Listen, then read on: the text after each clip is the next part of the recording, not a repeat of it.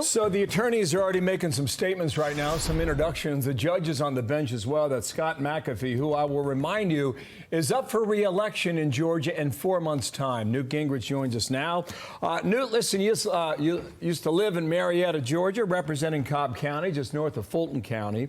What did you think of Fani Willis and her presentation yesterday and what the judge allowed to happen and not happen?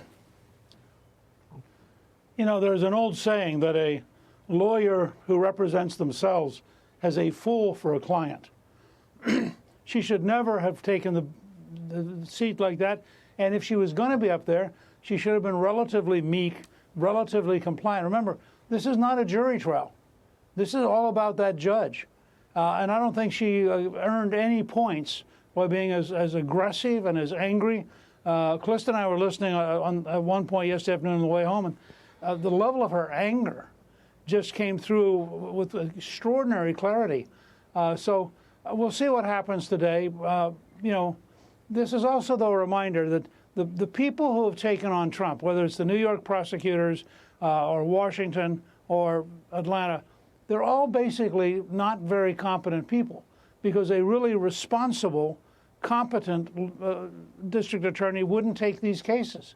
So you end up with strange people doing strange things, but using the power of the law to have an impact much greater than their personality. They're getting underway. They're in court right now, and they're just like doing some housekeeping things. I want to play for you some of the media basically melting down over Willis's testimony yesterday as they started to realize what was happening. Watch here.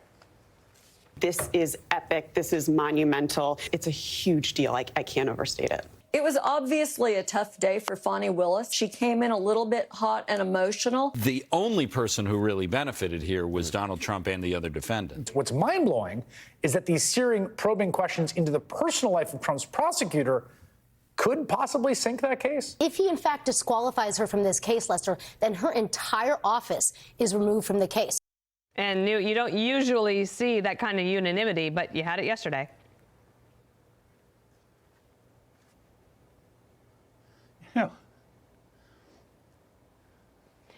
You have to recognize that with all of his challenges, Donald Trump also has a certain amount of luck. And having Fani Willis as an alternative probably cinches South Carolina. He was going to win anyway. But this has got to make it, this is an absurdity. You watch this person and you think, she really was going to take on the former president of the United States and a whole bunch of people under a RICO claim that almost everybody agrees is absurd. And now we discover not only that look, all humans are flawed, but in her case, I think it's also fair to say that she has probably violated the law herself by signing documents. As she herself admitted yesterday, she didn't realize that if you hired somebody under a contract that they were an employee.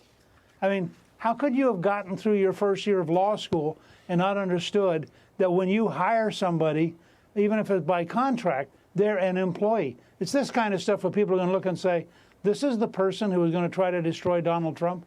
It just highlights how desperate the left is.